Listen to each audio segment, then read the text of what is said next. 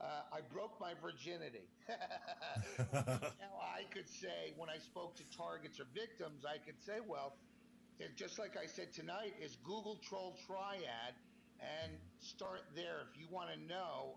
That's what I went through.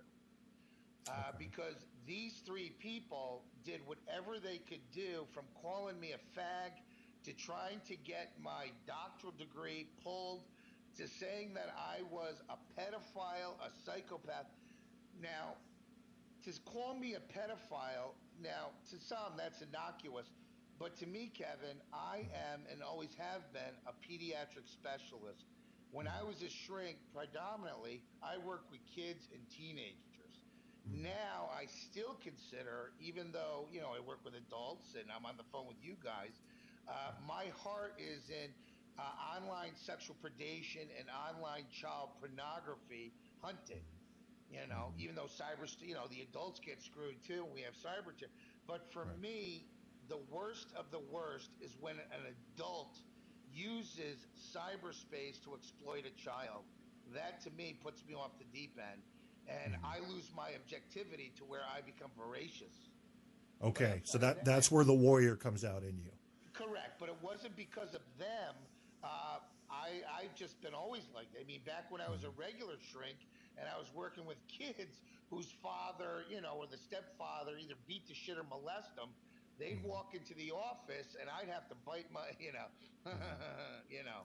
Right. Um, Because you're playing doctor and you've got to be objective, but you want to jump on the dude and whoop his ass. right, Oh, because you never know if maybe the child is just bullshitting. yeah.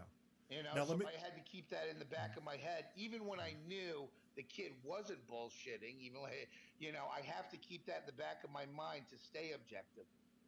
Apocalypse, what do you think about this? What's going too far? Have you ever been a subject of a campaign of online terrorism, or have you not pissed anybody off bad enough to become a subject yet? No, I've been a target. I mean, it hasn't been recently, but I knew back in the day to sort of set up roadblocks circularly to where um, basically they just kept going in circles and trying to get me, and they didn't. Uh, but it was basically a rival. Like, I'm involved in a forum, and they hate the forum, and they try to come after me, fine, whatever. But yeah, they tried to get too personal, and they just couldn't. So it was just a matter of me protecting myself, and it wasn't mostly me, but it was mostly my members. So I had to protect them, and I had to do a counter troll to get them back, and so I had to do what I had to do. But I have another question for you guys, if you guys don't mind. Sure. Alan, he said something earlier, and this is what a lot of people say is how much of it is people that need to toughen up a bit. And he also says you can only let the devil in if you invite him in. So I assume that's to mean a lot of this can be prevented in some ways. What do you guys feel about that? I'll let the doc speak on that. I'll have to think about Well, that. it's an excellent question that's asked, and you're right. Or whoever the question is, some people are melodramatic. Some people take, it's the first second of freedom of speech.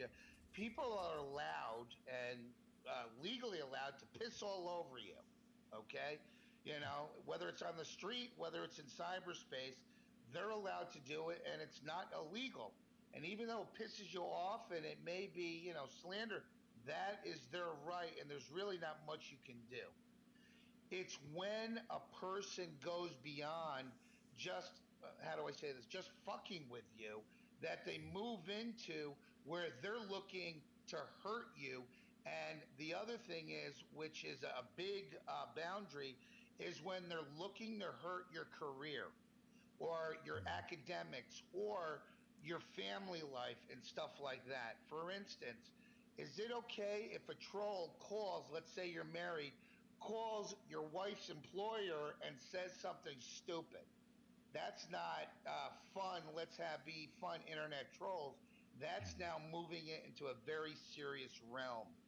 So what it comes down to is first looking at the assailant's actions, is what are they doing, because we can't sit here and just say everything is okay, it's not a big deal, albeit a lot of stuff that we get, yeah, you got to let it go. but there are boundaries that are passed that they wouldn't be able to do in a pre-information age world. Right. And Um, that's what that comes down to. Let me give you a quick hypothetical, and then I'll talk a little bit about letting the devil in. Let's say there was a guy, and this is entirely hypothetical. This is for the doc. He's become pissed off at somebody, so he has found a picture on Facebook of this person's child, a daughter, maybe 8 years old, give or take. He has put all he did with the picture. It was just a picture of her face. Copied it and pasted it somewhere else on Facebook and said, "Would you fuck this little whore?" What line does that cross over? I can tell you right there, Kevin, no disrespect to whoever did that, but that's crossing the line. When you involve children and whatever your mess, and when I say you, not you, Kevin, whatever your mess is, okay, you've gone over the line because that child, all right, when you put something in a cyberspace, all right, such as that image, that kid, you could delete that all you want. It is in the ocean of cyberspace. So 6 months down the road, that shit can come up 10 years down the road. They Right. say once you disclose something in cyberspace, and it's true, is it can be retrieved. Delete it all you want, it can be retrieved. So Right. anytime you involve a child in a conflict, you're wrong. The other thing is before, okay, when you fight back, if you engage in the same tactics that the assailant engages in, that's wrong too.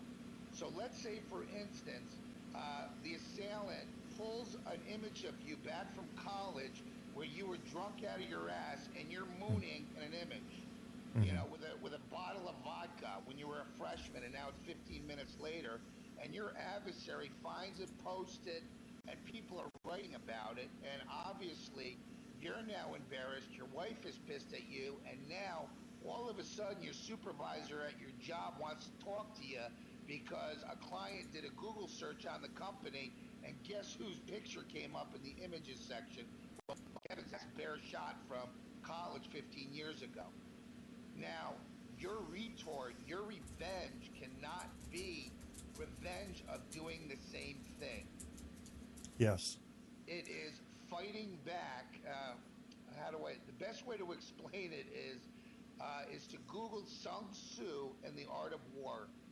It's dates back 2,500 years, and that even when it comes to online adversarial conflict, there are, I don't want to say rules, because war really does. There are rules to war. And even with this, you have to mind those rules, because if it ever ends up in a court of law, in a trial, and now on cross-examination, what gets thrown up in your face as you're sitting up on the bench, that you did exactly what the perpetrator did to you. Now, didn't you, Mr. Kirstad? Well, if I'm going to be honest, yes. And once that's established, your case, your trial, everything is done. So just from a strategic standpoint, it's the worst thing you can do.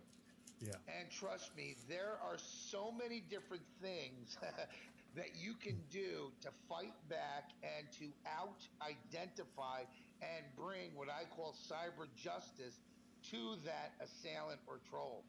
Right.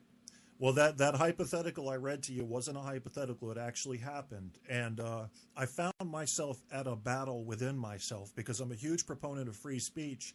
And yet, in my mind, what I saw was this child potentially seeing some sort of screenshot of this post 6 years down the road and being destroyed by it. And this guy, he was mad at the other person, but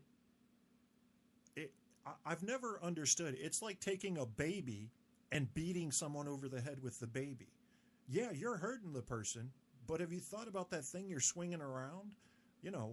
That's kind of the way I feel about it. I think we need to go on an active campaign against this stuff.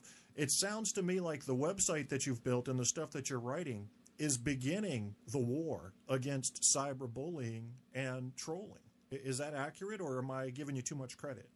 You're giving me too much credit. I mean, the good news for me in the last 8 months, I would say, is for those who study is and God bless him. I mean, I actually had to. His name is Stanton Samenow, Stanoton Samenow, Samenow. He wrote a book in 1984 called Inside the Criminal Mind. Mm-hmm. I had to read his fucking book back in graduate school, and he is considered to this day, he's in his late 60s, early 70s, he is considered the father of modern forensics and criminology and the criminal mind. So, like in our generation right now, he's kind of like the, I guess you call the Sigmund Freud or the Albert Einstein of the dark side of the criminal mind. So Mm-hmm. he wrote Inside the Criminal Mind back in 1984, and it changed the way, I was still just out of high school, changed the way we look at criminals, okay? Because in 84, it was after the 70s where the civil rights and women's movement and mental health movement was all saying is that, you know, gave excuses for criminals and deviants and evil people. Well, they were beat, they were molested, they came from poor environments, so forth.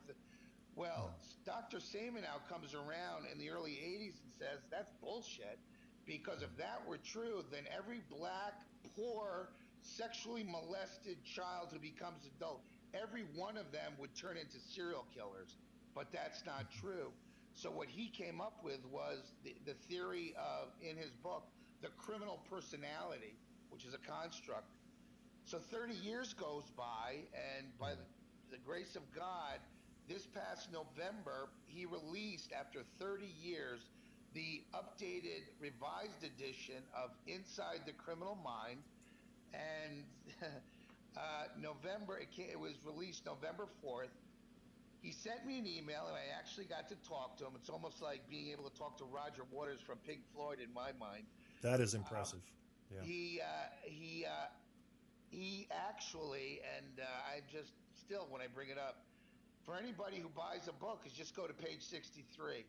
The man quoted me 5 lines, you know, and that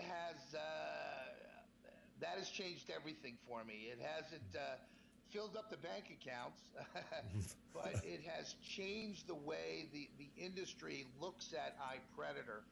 And I even, during his book tour, he took a brand. I even got to talk to him for about a good 50 minutes. Mm-hmm. And that to me is probably the biggest accolade I could say I've had in the last year. But for him to actually quote me, that is, I'm still. As you can see, I kind of get choked up just to talk about it. Can you tell us what he quoted in the book that you had said? Well, yeah, it's page 63. He quoted that essentially, and it's funny that you're about cyberbullying, that he quoted where I said that when, I don't, it's 5 lines, but essentially that today's cyberbullied child cannot seek respite or find sanctuary, is that when he leaves the playground, as I said tonight, there is no respite. Mm-hmm. And that's what he quoted for me.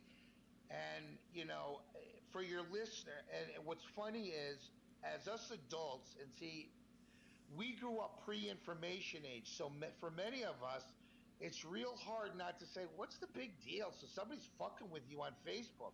Just Yeah. turn it off, you know? Yeah. What we don't understand, Kevin, is that those of you that are fathers and mothers and teachers, you did not grow up with Facebook, smartphones, Instagram, Snapchat, walls, and what did she tweet about? Oh my Mm-hmm. God.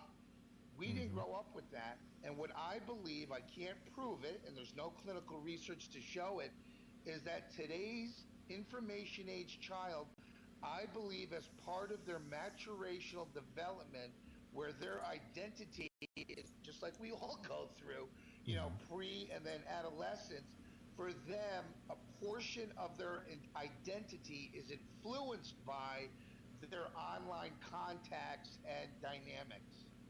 And cyberbullying, Mm-hmm. we now have cyber bully side. Okay, Mm-hmm. not to say that children